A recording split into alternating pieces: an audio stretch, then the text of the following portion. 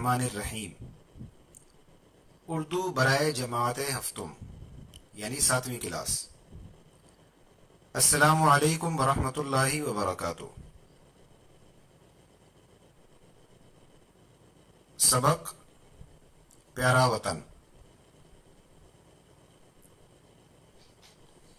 سب سے پہلے ہم ایک نظر ڈالتے ہیں اس پر کہ اس سبق میں ہم کیا کیا سیکھیں گے۔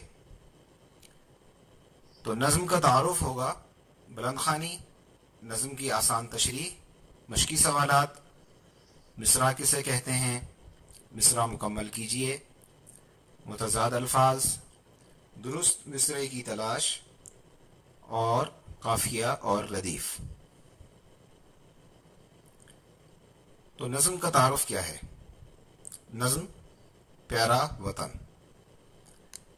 یہ نظم دراصل وطن کا ایک گیت ہے جس میں وطن سے محبت کی تعلیم دی گئی ہے۔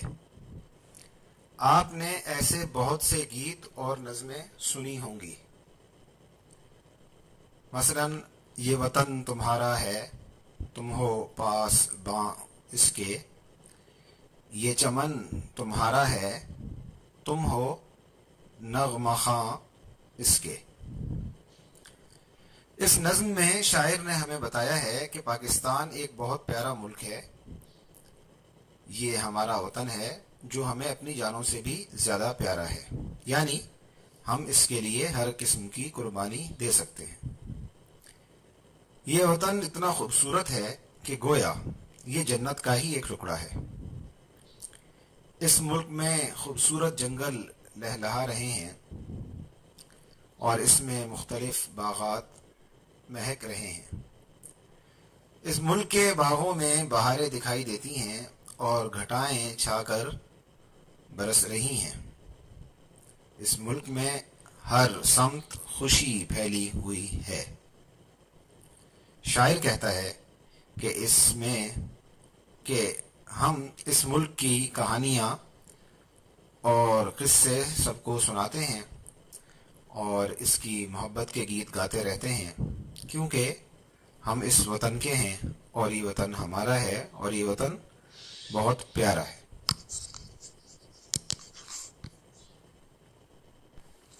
تو اب ہم اس نظم کی بلند خوانی کرتے ہیں۔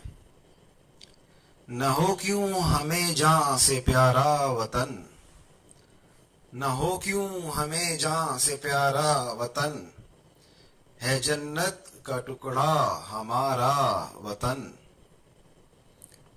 سہانا ہے سندر ہے سارا وطن، ہمارا وطن پیارا پیارا وطن۔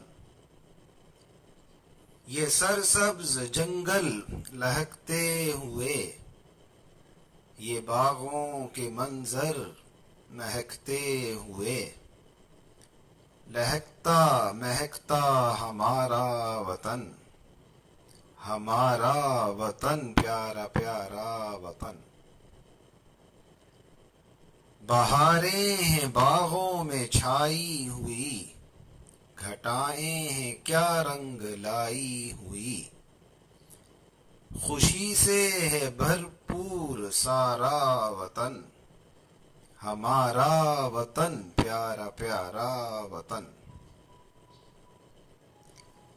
وطن کے فسانے سناتے ہیں ہم، یہی گیت دن رات گاتے ہیں ہم اس کے ہیں، ہم اس کے ہیں، یہ ہے ہمارا وطن، ہمارا وطن پیارا پیارا وطن۔